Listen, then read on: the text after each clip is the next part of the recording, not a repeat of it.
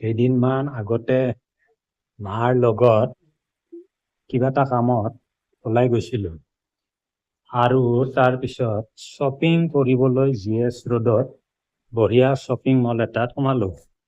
তাত কাপোৰ, জোতা, টিভি, মোবাইল, ঘড়ী, খেলা সামগ্ৰী, বিভিন্ন প্ৰকাৰৰ ইলেক্ট্ৰনিক বস্তু, আনকি ফল তৰকাৰী মুঠতে তাত কি নাপায়।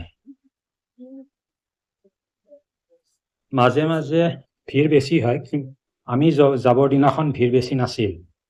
গুৱাহাটীত আহিলে বহুত শ্বপিং মল দেখা পায় আৰু শ্বপিং মলৰ ভিতৰত সোমালে কিমান সময় পাৰ হৈ যায় গমকেই নাপায়।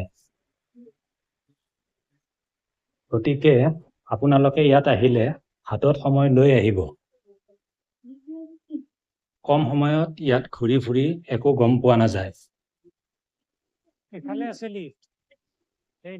ইউটিউবত নিজে কথা কৈ ভিডিঅ' বহুতে বনাব খোজে, কিন্তু নাৰ্ভাছ হোৱা দেখা যায় বা লাজ কৰে।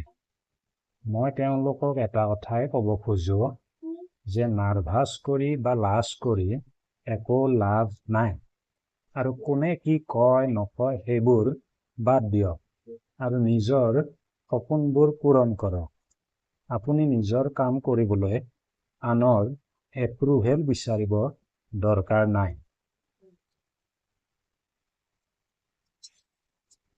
মোৰ এই ইউটিউব চেনেলটো আপোনাৰ কেনে লাগিছে কমেণ্টত জনাব।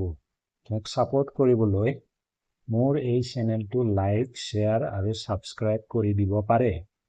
কথা কওঁতে অলপ খোকোজা লাগিছে, কাৰণ সচৰাচৰ মই এনে ভিডিঅ' নবনাওঁ, আৰু নেক্সট মই কেনেধৰণৰ ভিডিঅ' বনাব লাগে তাকে কমেণ্ট কৰি জনাব।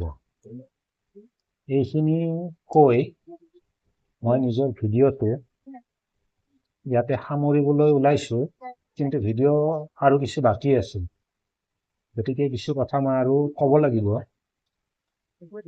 কিন্তু এটা কথাই ক'ম যে আপোনালোকে কমেণ্ট কৰক আৰু মোক জনাওক মই নিজৰ ভিডিঅ'বিলাক কেনেকৈ বনাব লাগে আৰু চেনেলটো কেনেকৈ আগবাঢ়ি লৈ যাব লাগে। ধন্যবাদ।